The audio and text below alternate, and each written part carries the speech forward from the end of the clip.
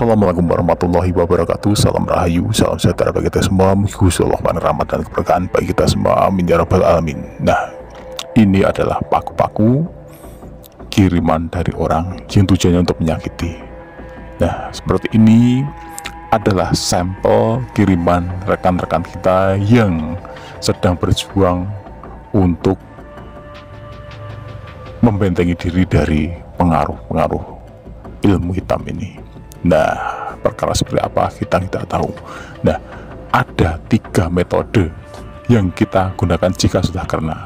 Pertama adalah membentengi. Pertama adalah membersihkannya. Pembersihan dulu lokasi tempat kita. Yang kedua, jika kita sudah kena, membersihkan diri kita. Yang ketiga adalah membentengi. Membersihkan tempat, membersihkan raga kita, baru membentengi. 3 metode ini tidak bahan-bahan ataupun tidak asal-asalan, karena ini sifatnya adalah tergantung dari kadar kiriman goib yang dikirim oleh orang yang dikirim. Mereka menggunakan media dukun.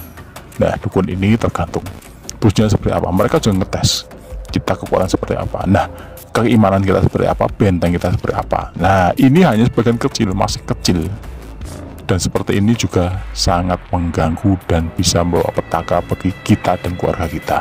Nah, setelah seperti ini, langkah pertama nanti ada caranya ya. Caranya dibersihkan tempat kita. Sama ini yang berada di sofa ya, berarti tempat duduk kita, ketemunya di situ, kita bersihkan. Terus raga kita sudah kena juga kita bersihkan, baru kita bentengi. Nah, salah satu metodenya ini metode ya. Metodenya adalah dengan sajadah. Sajadah ini adalah tempat kita untuk ibadah. Bacakanlah La ilaha illa anta subhanaka inni kuntu minadz dzalimin. La ilaha illa anta subhanaka inni kuntu minadz dzalimin. Nah, seperti itu. Sebelumnya pakai ya, ini sajadah yang sering dipakai untuk kita ibadah, untuk sholat. Nah, dengan setelah sholat, nah nanti akan keluar. Nah, ini sampel ya yang ditemukan masih ada. Nah, atau bisa pakai sapu lidi, bacakan hal serupa. Subhanaka inni kuntu minadz dzalimin. Nah, itu.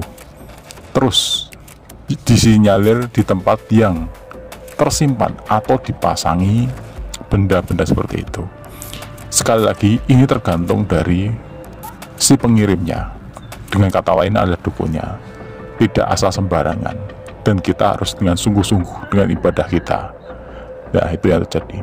Bacakanlah subhanaka inni kuntu minadz dzalimin untuk pembersihan. Setelah itu, setelah dibersihkan, bersihkan diri kita. Jadi pembersihan diri kita ya, nanti kita bahas ya. Kita lihat lagi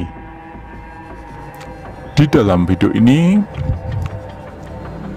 paku-paku itu terlempar dari kursi, berarti dipasang di kursi. Nah, ini adalah sampel metode kedua, yaitu dibersihkan dengan sapu. Tempat yang disinyalir ada pakunya, jenengan bacakan subhanaka inni kuntu minadz dzalimin, jenengan tebak-tebakan, insya Allah nanti ada bersihkan. Itulah tempat dimana orang menaruh ya benda itu, atau dikirim lewat media itu agar masuk ke dalam diri kita. Nah, itu yang terjadi.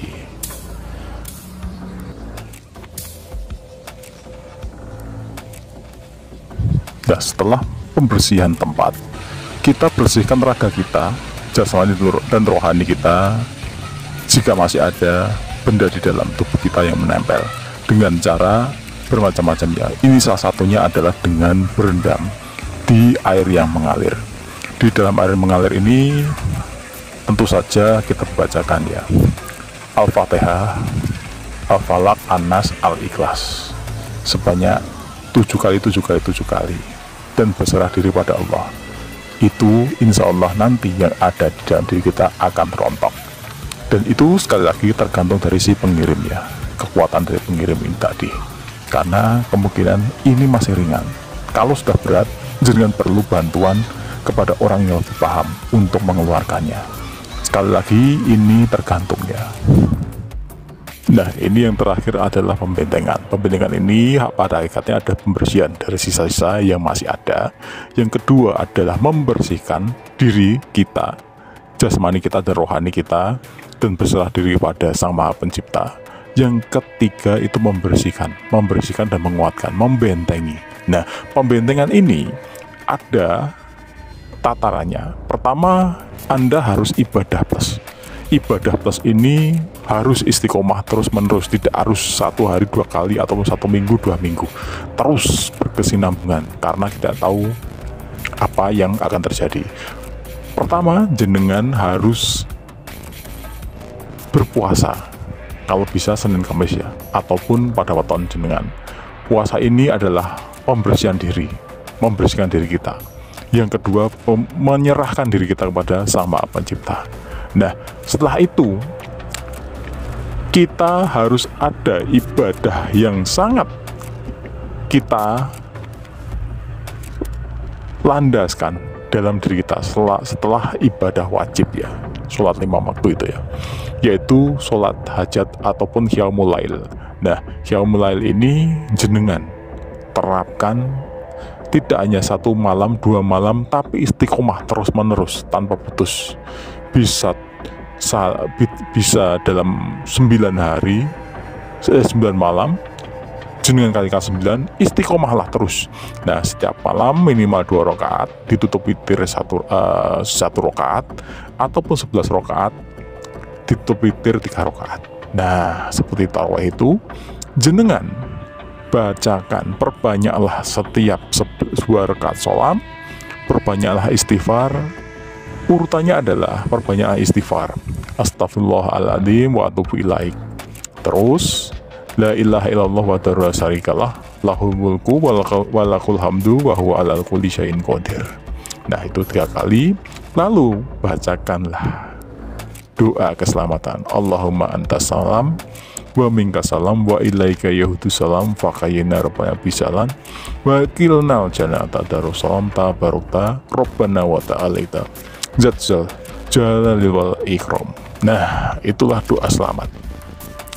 Lalu bacakanlah Al-Ikhlas, Al-Falaq, An-Nas sebanyak mungkin dan mintalah perlindungan dengan sungguh-sungguh kepada Gusti Allah.